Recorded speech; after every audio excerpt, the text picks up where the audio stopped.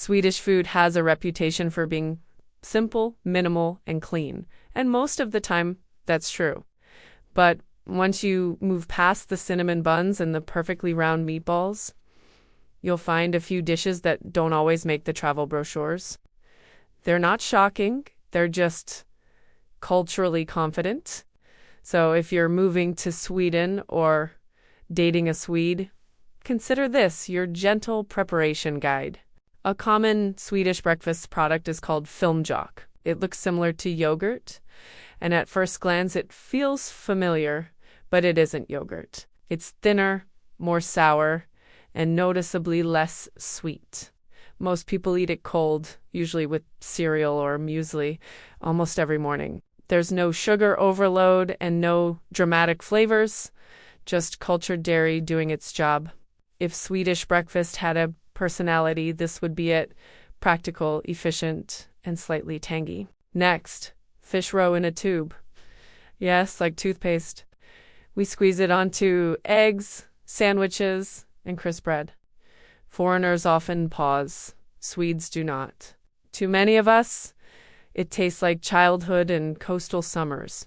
And once you grow up with it, it feels completely normal, which explains quite a lot about Sweden.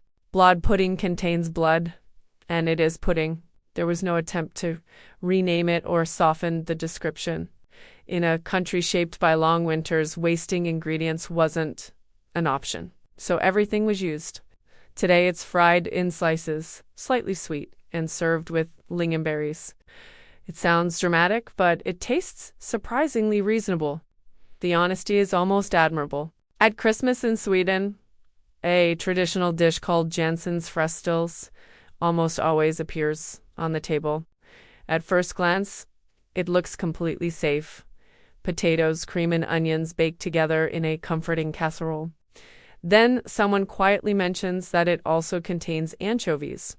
You pause. No one else does. Because in Sweden, unexpected flavor combinations are introduced calmly. You process it internally, nod politely, and continue eating. Very, very Swedish. Salty licorice divides people immediately. It's black, salty, and intense. You either love it on the first try, or you suspect we've made a national mistake. The interesting part is that, given enough time, many people adapt. And once that happens, it can become strangely comforting. And finally, fermented herring. A can that sometimes looks slightly under pressure. Opening it indoors is technically possible, but rarely recommended.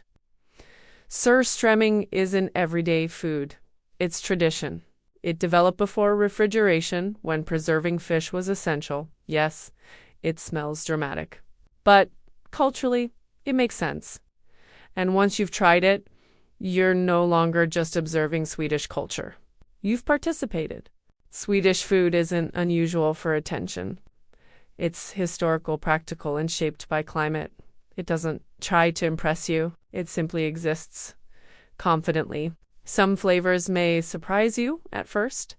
Others may grow on you over time. Subscribe if you want to understand Sweden the Swedish way.